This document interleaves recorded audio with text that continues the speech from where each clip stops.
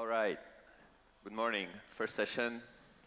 Looks like the party yesterday was pretty good because we are still waiting for some people. So the topic of today's session is tokenization of real-world assets. We just talked main stage about meme coins. I attended yesterday's session about meme coins and pub don't fun, and those were full. So we are actually doing value when we put on-chain assets like real estate, stocks, equities, credit. But let's start with introduction of the panel. So guys, you are pretty well known in the space. Can you introduce yourself? Sure. Hi, everyone. Oh, sorry. Please start. Yeah, Sergey, you can start. Thanks. Hi, I'm Sergey, co-founder of Chainlink, the leading decentralized Oracle network, powering most of DeFi, RWAs, all the more advanced smart contracts. Hi, everyone. I'm Justin Schmidt. I'm president of Ondo Finance. We're the largest provider of tokenized cash-like assets like T-bills. Yeah, my background is, I think we actually covered the background, right? They did that beforehand, so yeah. I'll just pass it over to you, Max. Thank you. My name is Max Boonen. I'm the founder of PV01. It's a tokenization startup. Prior to that, I founded a market maker in crypto, B2C2. And just before that, I was an interest rate trader at Goldman Sachs. Yeah, thanks a lot. And let's actually do a double click on the introduction and tell me why are you excited about putting real-world assets on chain? Like, what's your story? Let's start with you, Max, because you told me yesterday about a very interesting story. Yeah, I sold B2C2 in 2020, and I took a couple of years doing more or less nothing, which was quite pleasant. But then one day, I wanted to buy a specific Italian government bond. It was a liquid bond. I wanted to buy a large size, so nothing unusual about that trade. But I looked up my two professional brokers that I use. Well, I'll name them Interactive Brokers and Saxo. They're big brokerages. Impossible to buy the bond on those platforms. They just don't really have Italian government bonds or not at prices that make any sense. So I called up my bank, and my bank could do it. But the fees were absolutely insane. And it's a major European bank. And I'm thinking, I'm a resident of the EU. I want to buy the debt of one of the biggest nations in the EU, and that's nigh impossible. And something doesn't really work there, because if I'm on Robinhood, in 2 clicks, I can buy the shittiest stock in the US or any major country with just a click of a button. And I myself, indeed, I lost like some others, 90% buying Dropbox at the top, and I would say shitcoins like that. And for some reason, that's considered to be perfectly suitable, and the pipes all work. But you want to buy government debt. Of course, if you're a US citizen, you want to buy US treasuries, this kind of works. But anything else, it's a huge headache. And I thought that there's something wrong there. It can't be the case that in 10, 15 years' time, you cannot buy fixed income at the click of a couple buttons. And that's how we set out to start PV01. Justin, what's your story? Why are you excited about real-world assets? Oh, man. I mean, it's obviously not as exciting as meme coins, but yeah, I think that people really see this application of blockchain for finance. And so real-world assets is a crypto term for these assets that have some sort of like financial nexus that is off-chain. The vast majority of the world's finance and productive assets are these real-world assets. So bringing them on-chain is just, I think, a natural development of where we're going with a lot of these technologies. And we've had RWAs on-chain for north of 10 years now. Certainly Tether's USDT is the sort of original real-world asset, bringing the dollar on-chain in the way that they did. So it's been around for a while. I think we'll probably get into this more later on in the panel, but I think the sort of interesting narrative is more about why now and why we're starting to find product market fit, in particular with things like T-bills, and why that's been one of the themes that we've been seeing here at the conference. Okay, understand. Sergey? Yeah, so real-world assets was actually one of the first things I worked on in smart contracts in this industry back in 2014. And there we were trying to tokenize cash flows from content websites so that if you owned a token, you would get a portion of the advertising revenue from the content site. Oh, interesting. Mm-hmm. So it was a pretty advanced form of RWA. So it's just a very logical idea for me that you would create fractional ownership of things that can't be fractionally owned today, because the people that have the asset, they want liquidity, and the people that want the asset, but they don't have the capital to buy the entire building or something like that. There's like a whole bunch of assets at the edges of the financial system that can't be purchased, can't be owned, can't be fractionally divided. So that was interesting. And then there's also all kinds of dynamics I've discovered about real-world assets over the years, where they create a lot of economic efficiency for things like collateral management. So atomic settlement allows you to move assets very quickly, and so you can earn interest on the asset for longer, and that matters if the asset's worth $100 billion. And then the thing that I'm really focused on now with real-world assets is turning them into what we call unified golden records. So the real-world asset is an ownership receipt, but also, in addition to being an ownership receipt, it's in a data container that has all kinds of information about the underlying asset. So the traditional model of asset ownership has been that value transfer system, the ownership rights transfer system, is one system, and the data systems describing what's going on with the asset are a different set of systems. And if I transfer an asset from me to you, your responsibility is now to learn all these things about the asset in various data systems. Yeah. And that's where a lot of marketing information asymmetry appears, where some people learn and some people don't learn, and people make money that way. But I think a better model is the unified golden record model, where the real-world asset is both an ownership receipt and it's a bunch of pieces of data. History. Well, history and also just the current status of the asset. Like, here's a gold coin. Let me tell you once a year if the gold is there, or let me tell you every second if the gold is there. Here's a carbon credit. Let me tell you if it's still valid. Here's a piece of real estate. Let me tell you if there's additional debt that appeared on the real estate. Here's a tokenized fund. Let me give you the NAV valuation, not every month or every quarter, but every second. So there's all this data about the underlying asset that is really, really critical to understanding it, buying it, selling it, managing the risk of it.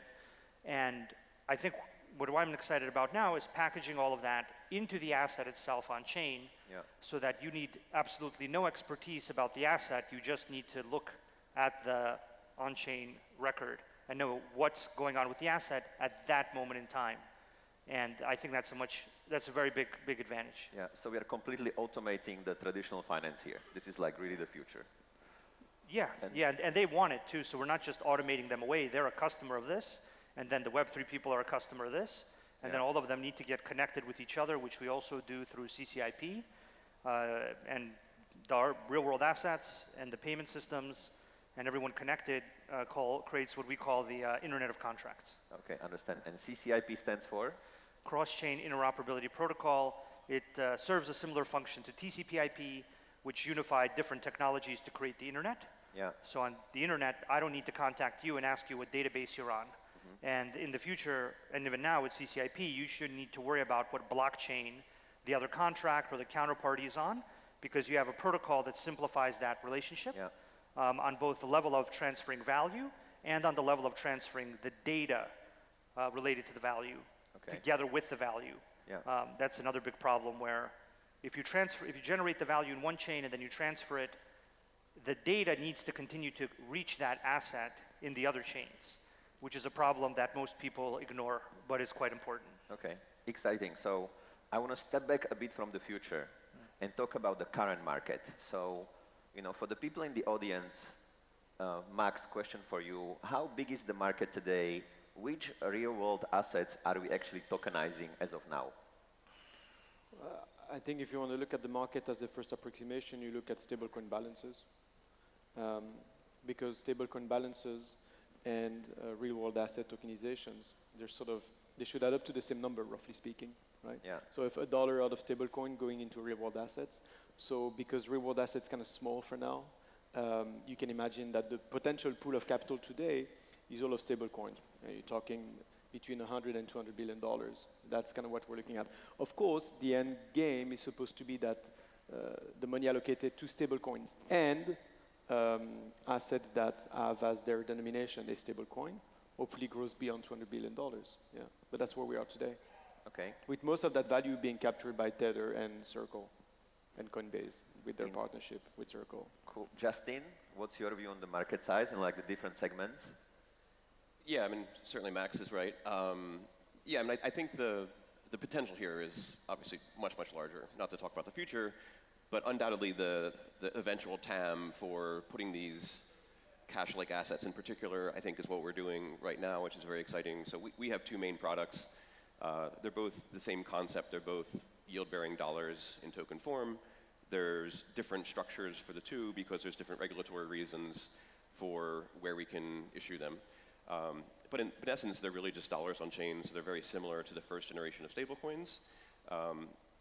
We're around 300 million in TVL now. We're at an all-time high. It's been growing, but still very small in comparison to a lot of the other activity on chain. But I do think that the first things that you need to build if you're trying to sort of bring finance on chain are the really basic primitives like dollars and being able to send people money, those types of things. And then once you have that, you can start to tokenize the longer tail of sort of more exotic, more interesting, harder to reach assets that you didn't have market access for. But we've been very focused on tokenizing cash-like assets. Yeah, okay. So how I look at the market is the real-world assets tokenized is around 200 billion. So most of it is stablecoins. That's the number one. Then there are T-bills, like you guys are doing at Ondo. Then there is tokenized credit, like Centrifuge, Goldfinch, Maple. Then there is tokenized real estate and tokenized private equity. I think we all read about KKR willing to tokenize their healthcare private equity fund, reducing the minimum investment ticket from 5 million to 1 million. So tokenization helps to access the real-world assets for us, crypto investors. What other advantages do you see, Sergey, in addition to the cross-chain CCIP that you talked about, versus the TradFi tokenization? Well, yeah, there's two worlds, right? And even on the market size numbers we just discussed, there's the public chain RWA world, and then there's the private bank chain RWA world. The private bank chain RWA world, those numbers are not really disclosed. So they're doing a lot of internal collateral management. I wouldn't be surprised if the internal collateral management within banks was well past 200 billion, in addition to the stuff you see on chain in the RWA world. But they don't make that public, so. I think the real advantages are basically that you get certain efficiencies with how these assets can be handled in the banking sector, and you get previously inaccessible assets in the Web3 world. So in the Web3 world, everyone for a long time has been interested in diversifying risk through things like multi-collateral DAI. Like multi-collateral DAI for Maker is a good example of this concept of let's diversify our risk by creating a basket of assets that backs something, which is a very logical idea. And if you look at certain systemic failures in our industry, like Terra, basically it's because there wasn't a good amount of collateral, varied collateral, backing something, backing a protocol. So in the Web3 world, I think there's a fundamental interest in both generating new assets for a consumer base that never had access to them before, like that's the KKR example. And then I also think there's a big market for protocols, not individuals, but protocols, stablecoin protocols, all kinds of protocols that want to diversify their underlying collateral beyond crypto so that they're not so exposed to crypto market volatility. Yeah. And that's where, Ondo and the good work they do can come in, where people can diversify, but they can diversify at the smart contract level on chain. That's the thing people have been looking for a long time on the protocol side. One of the longest running examples, really multi-collateral DAI, if you look into the history of that. And then on the bank side, it's about efficiency. It's about efficiency of collateral management. It's about atomic settlement. It's about things that we all take for granted in Web3, like 24/7, 365 markets. That's like one category of value. And then another category of value is the ability to create real-world assets that you can charge a premium to your existing client base. Yeah. So not to the Web3 client base, but to the existing client base, because they like that the real-world asset is somehow constructed better than the traditional version of that asset. And then I think we're going to get to a world where these two worlds interact. And the barrier for that is the legal system and compliance standards and regulatory clarity. But that barrier is reducing. It's going down relatively rapidly. And so I think both of these groups are each other's biggest markets. So I think the Web3 people want high quality collateral. And I think the bank people want access to high yield, high return, innovative cutting edge products for their client base. And so the question then for us is, how do these two groups interact over a shared set of standards for how to transmit data, how to transmit the value, how to basically structure transactions in a compliant way, irrespective of what blockchain they're on. So they can all be on 5,000 different blockchains. They should be able to transact with each other. And for that, they need market-related data, identity-related data for compliance, and method of connection that's secure and meets everyone's security standards. Interesting. Justin, for you, what are the advantages of tokenization? T-bills, you are the largest issuer. Yeah. I mean, it's almost too stupid to say, and we're at a place called Token2049, so obviously tokens are very front and center for a lot of what we're talking about. But like, you actually have to do something with the token in order for the tokenization of that asset to be worthwhile, right? If you just tokenize something that you're going to buy and hold, and then later redeem when the asset matures, like, that was stupid. You didn't really need to tokenize that. You could just use a PDF in like a Web2 form, and like, you actually don't get any real benefit from tokenization. The major benefits of actually tokenizing these assets are you do something, usually we call this DeFi, where it's sort of one of two forms.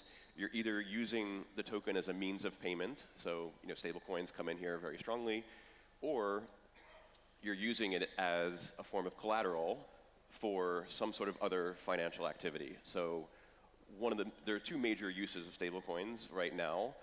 They're largely used as dollars on crypto exchanges in terms of pairs. Tether is primarily used in this context. So if you're trading BTC versus USDT on an exchange like Binance or OKX or Bybit, et cetera, you're trading against the USDT, and so you need to have the USDT on that exchange. USDC is more used in DeFi, where you're trading things against a cash leg, say LPing in a Uniswap pool. But we very much believe like those dollars that you're using as collateral, you should be earning that yield yourself. So our version, our main product is called USDY. It stands for US dollar yield. The main differentiation really is that the token holder themselves is the one who earns the yield that is generated from the T-bills. Yeah, interesting. And for you, Max, the advantage, we talked about it briefly, access. Any additional advantages you see? Well, to me, you have to go back to the first principles. 24, like Sergey said, 24/7 markets. Yeah, 24/7, yeah. That's interesting. Maybe not so much because we want to trade all the time, but the idea of accumulating yield in real time, that's kind of cool, actually. Yeah. And so that's the first one. Other than that, we're in crypto at the end of the day, so I think censorship resistance, transferability is nice. And you mentioned you buy a token for buy and hold strategy. Why did you do that? Well, transferring securities is totally possible in the real world. If you're a big bank, you can do it. But if you're you and I, it's complicated. So as with many things, finance, it's a big club and you're not in it. And I think that tokenization is also, in a sense, a rebellion against that state of fact. Because what we all do, well, at least the two of us, is we take some existing assets, put them in a box, and give you some more transferable version of that box. But the boxes that we create, they operate at a more institutional level, and they can transfer securities, and they have access to services that everyone else doesn't. And I think that we're providing a gateway to having access to simple things like the ability to transfer a government bond, which you can't really do if you're just a normal individual and you're not institutional. So that, I think, it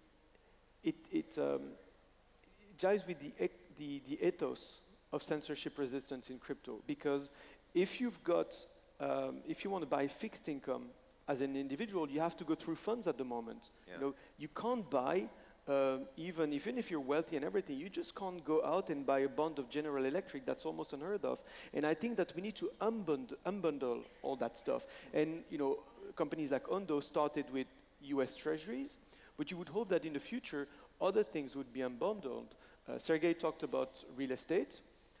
Personally, I'm not interested in getting fractionalized real estate, but maybe others are.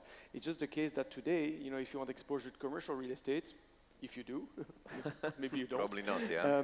Then yeah, unless you're a very big fund, you can't buy like $10,000 of real estate. So for me as a fund manager, it would be exciting. Actually, back in 2018, we discussed with Justin, we tried to tokenize one of our funds. We got quoted $500,000 by Allen and Overy, like copy-paste the Spice VC PPM, if you remember Spice VC back in the day. But, so there is definitely friction when you do this versus traditional finance system where, it's cheaper, it's faster, then your fund is actually in the clear stream process of the traditional finance. You have an IC number, you can subscribe very easily. But tokenization would give me two super important benefits.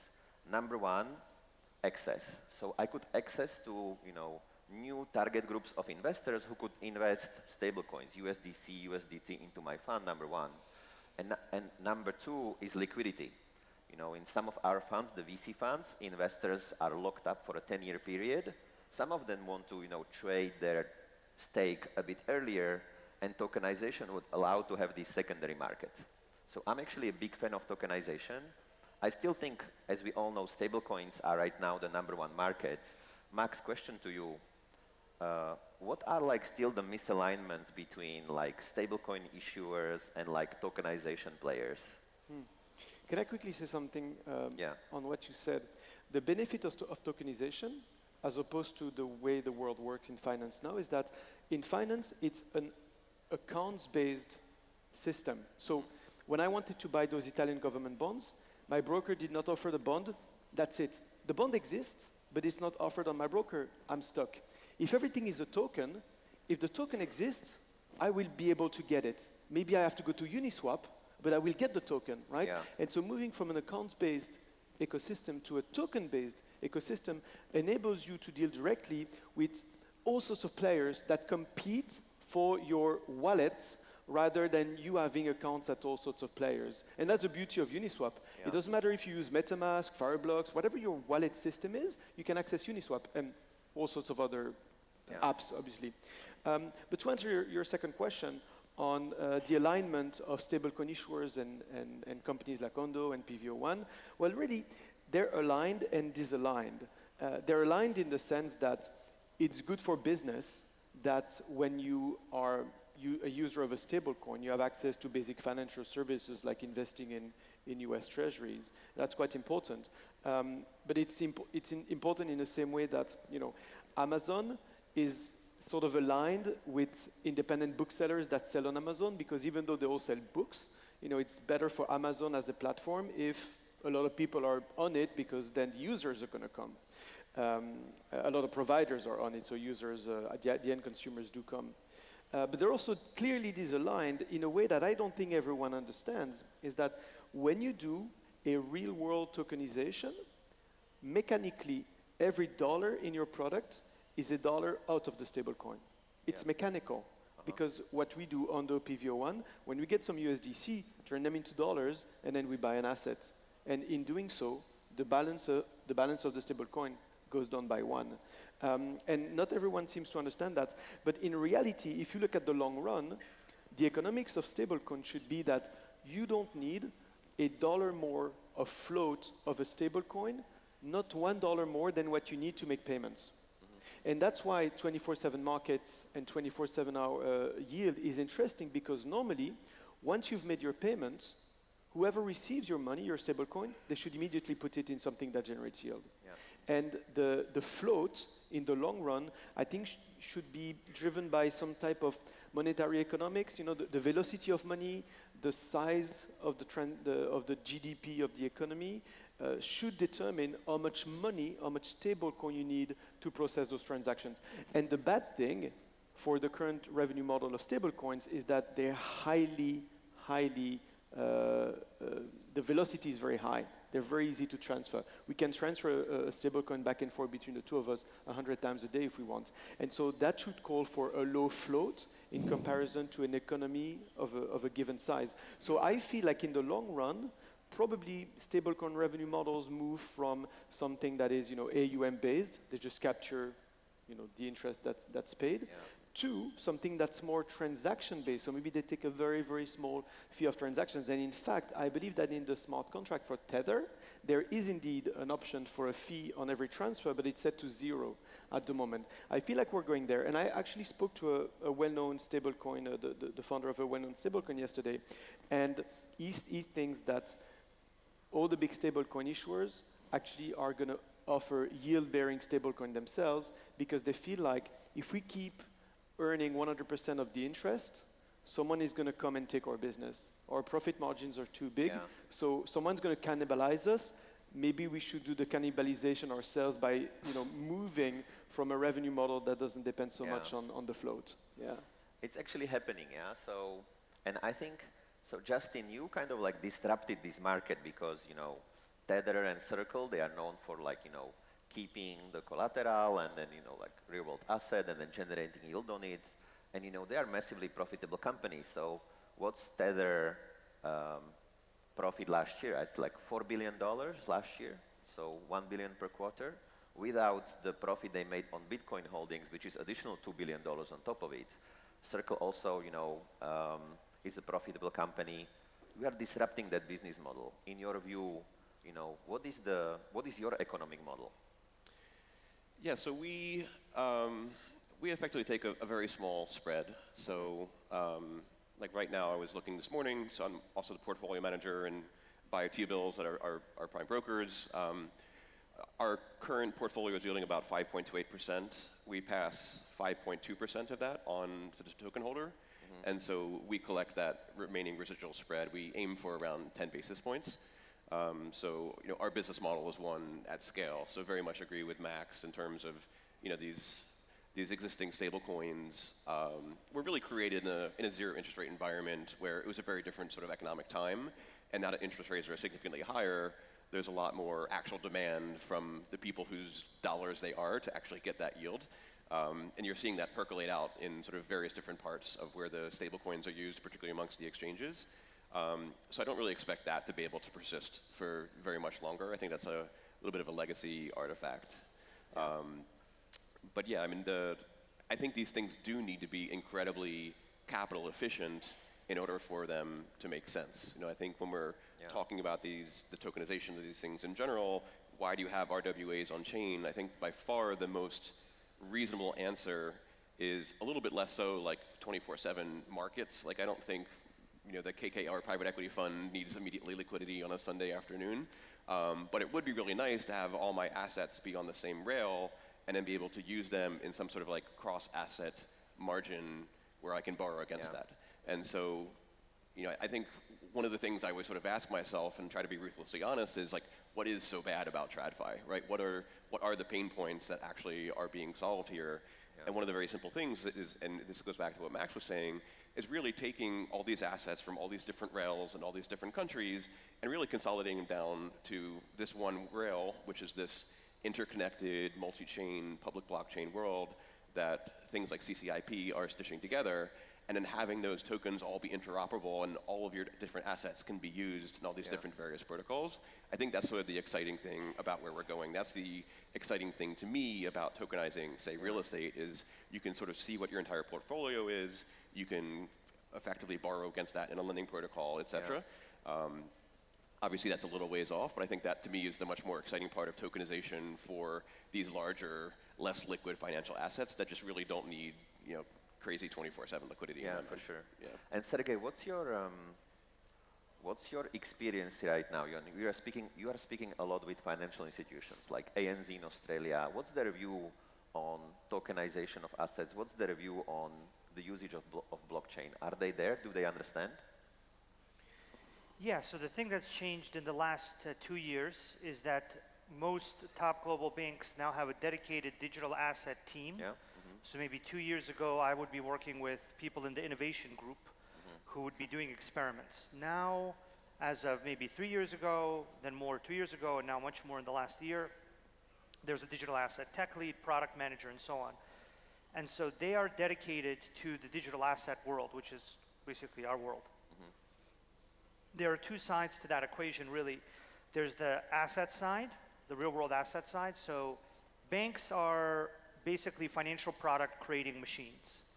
They specialize in creating financial products. They make a lot of money doing that.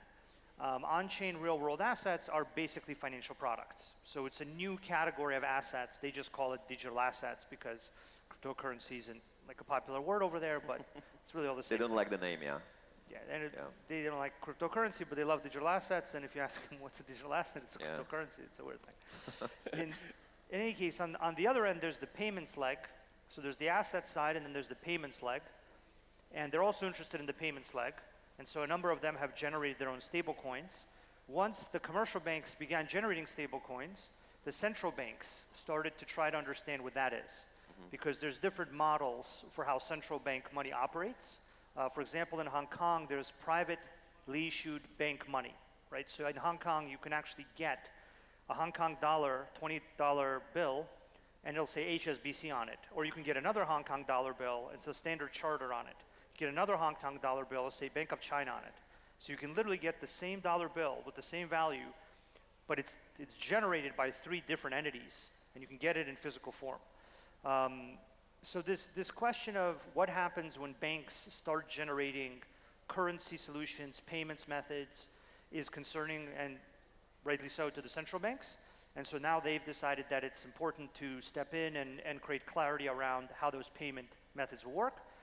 And all of this is actually very positive in many ways because you now have an asset side, right? You have more people generating real world assets that transactions will be generated around, whether that's tokenized carbon credits, tokenized real estate, tokenized money market, tokenized funds, tokenized private equity, whatever. Basically, in terms of like market size, I think the market size here is hundreds of trillions of dollars. It's basically everything in the financial system, which is the whole financial system. And then you have the payment side, and banks are interested in both. And then the final piece that I feel is missing is secondary markets.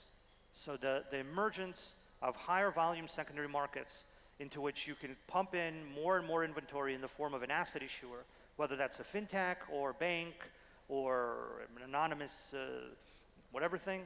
And the payment methods will also then interact with that secondary market.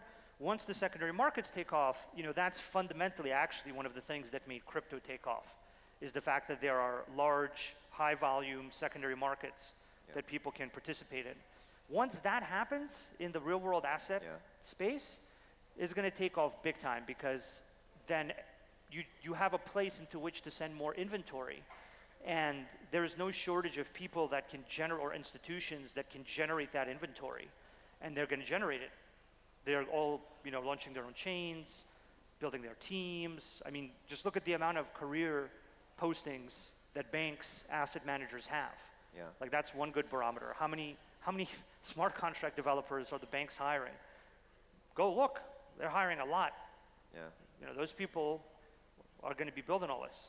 Like the secondary market would be a huge unlock. Like I would love, if we tokenize share of our fund, and then there would be a secondary market, super liquid. Like Justin, you said, people could borrow against it, also against their stake. So this is what we call the convergence between DeFi and capital markets. Do you see, Sergey, these conversions? Like, are the banks actually understanding DeFi as a product? Not at all, no. And I can maybe chime in here if you want, but I have a little bit of a hot take. Like, at least for the American banks, I don't think they're close to coming to do any of this in the capacity that we in the public blockchain world think about. I do agree 1,000% on the liquidity front. We're like supremely focused on getting liquidity, in particular for USDY. But really, if you look at the major financial institutions, like regulatorily, they actually split into really 3 main categories. One of which is banks, and bank where you deposit money. Then there's the investment banks or broker dealers, and then there's the asset managers. And so, and that really is slow to fast, I think, in terms of adoption of where we're going. We see the major asset managers, right? We see BlackRock coming in with both spot Bitcoin ETF as well as BUIDL, which most recently is a tokenized liquidity fund. But the asset managers have the least regulatory burden and complexity in interoperating with this new technology. And as you go from asset managers to broker dealers to banks, it becomes more and more regulated, more and more controlled, and more difficult to embrace anything that's novel. So I actually think that we're not that much closer than we were a few years ago for the bank part of them, because they're the most regulated, they're the most conservative. But we're really seeing, I think, real green shoots of interest from not just BlackRock, but obviously Fidelity. Franklin Templeton was a trailblazer, in particular with their Benji token, and seeing real interest in particular from the asset managers that have these assets and want to distribute them to novel markets, and they look at tokens as a novel distribution mechanism. Yeah. Interesting. And Sergey, how about regulators? You were just in Hong Kong, you're right now here in Dubai, UAE, maybe Abu Dhabi. So is it like by geography, different countries, different regulators are in different stages? What's their view on the advantages of this technology? Access, liquidity, secondary markets, 24/7. Yeah, it's very different all over the world. I think there's two reasons for that I've really detected. The first one is the countries that had a big failure, a crypto failure that impacted consumers, generated the hammers coming down effect from regulators, where they're basically doing their job, right? So the two countries that are most opposed to all crypto kind of stuff, basically the US and South Korea, both the same places that had multi-tens of billions of dollars in consumer losses from Terra in South Korea and FTX in the US. So both of those events very much color, I think, the thinking in those countries about what crypto is, what blockchain technology is as an extension of that, and therefore what regulation can be about that technology. And it's very consumer protectionist focused, understandably so, because that market experienced very traumatic, negative thing that politically regulators have to deal with, right? So that's one of the first dynamics. Places where that hasn't happened, Singapore, Hong Kong, Dubai hasn't had a big failure like FTX or Terra, are largely positive, right? So they've just been on a trajectory of gradual positivity. And then the other big factor that I see that separates these jurisdictions is whether they want to be a financial hub, right? So there are certain parts of the world where they have a domestic financial system. The domestic financial system is involved in, a local equities market and foreign direct investment activities, and it's kind of just like a part of the economy, and it's kind of there, but they build ships, or they make grain, or the country does a whole bunch of stuff, right? And then there are places like Hong Kong, Singapore, and Dubai that position themselves and are basically based on being hubs, on being global hubs for shipping, asset ownership, legal entities, and digital assets, cryptocurrencies, right? Interesting. So if your existence as a country, right, your point of existence or your goal, your strategy to exist in this world is to be a hub, and digital assets and cryptocurrencies are the next generation of how all value is secured, transferred, and managed, then yeah, so you want to be a hub for that. And so there's this big motivation in Dubai, Hong Kong, and Singapore to be that hub, both on a legal level, on a transactional level, on an issuance level, on a payments level, on all these levels. And I personally feel that all three of these regions will begin to transact with each other. Okay. And that's what we're kind of in the process of setting up. We're in the process of setting up transactions within each of those regions between the in-region entities and banks and asset managers, and getting them on systems that they're on the same system across regions, right? So ideally, there's banks, asset managers, Web3 startups on CCIP in Dubai, in Singapore, and Hong Kong, and they're transacting with each other in each region. And because they're on the same set of standards, they can also transact across regions. Yeah. So that's the thing that I find very interesting. That would be a great unlock. And my last question is how big this market can get. So right now we said, tokenized real-world assets is around $200 billion, which is small. It's 7-8% of the overall crypto market versus, TradFi is much, much bigger. Equities, 100 trillion, real estate, 300 trillion, and we can disrupt all of these markets together. So let's assume, the crypto market will grow over the next 4 years from 2.5 trillion to 10 trillion, 4x. Are we still going to keep our market share as real-world assets on chain, 7 to 8%, or are we going to outgrow this? Max, what's your view? I think that wherever we can end up, it's important to, my opinion at least, is that first and foremost, we depend on the size of the crypto market. Because some people think that if we tokenize real-world assets, then that's going to grow the pie. I actually don't think so. Because what is interesting to crypto investors is more of a barbell strategy. So if you've got stablecoin or crypto and you switch back and forth, you need to have access to US treasuries. But you need to have access to real estate from the crypto ecosystem? Maybe not. And I'll give a personal example. Until recently, I was one of the biggest users of Ondo, personally. No, I'm not, but nothing against Ondo. The reason is simply that, whereas for a long time, other startups of that tokenize were offering me some sort of trade finance deals at 12% a year, I was like, I don't understand it. I want none of that. I'm very happy with my 4.5% on Ondo. But then, come the bull market 1 or 2 months ago, and now you can get 15% on Aave. I personally consider Aave to be roughly risk-free. And so I was like, 5% on Ondo, 15% on Aave, so I switched. But that's what made me switch. It's not the fact that I had access to, and I won't name the startup in question, some 12%, whatever deals that on paper looked okay, but I just couldn't, this is not my business. I don't understand it. And so that's why I think that it's important that crypto first grows and that we have access to very simple products like Ondo, not in a demeaning way, but basic financial risk-free investments. Yeah. And on the other side, we've got deals within crypto, and that's what at PV1 we're doing. We're creating bonds. So if tomorrow, call me, if Galaxy wants to issue a bond on the blockchain, let's do it. Let's have unsecured bonds of crypto companies on the blockchain, and then the stuff in between, we'll figure it out. Justin, your view on give me a number. Yeah, I mean, you've doxed yourself, so thank you for being a client. You're always welcome back, obviously. Yeah, I mean, I think that I think he's exactly right. I think this stuff all succeeds together or doesn't. I have no idea what the future will hold, but the incredibly multi-trillion-dollar estimates for RWAs on chain in the next 6 years or so, it seems achievable to me. I think there's a lot of really basic groundwork that we still need to work on, like better user experience, better interchain operability.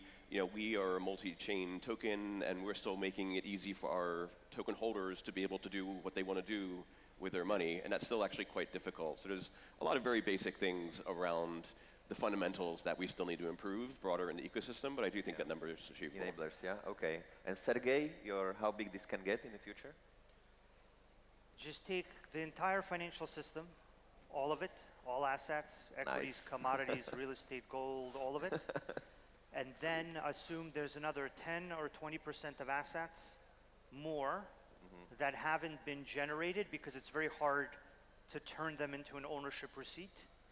So there's an additional 10 or 20% of new things, shares of a farm, shares of a solar panel operation, shares in restaurants, shares in owning a piece of real estate, carbon credits. Carbon credits, yeah. So just take the whole thing and move around 10 or 20% depending on the creation of more assets at the edges of the financial system.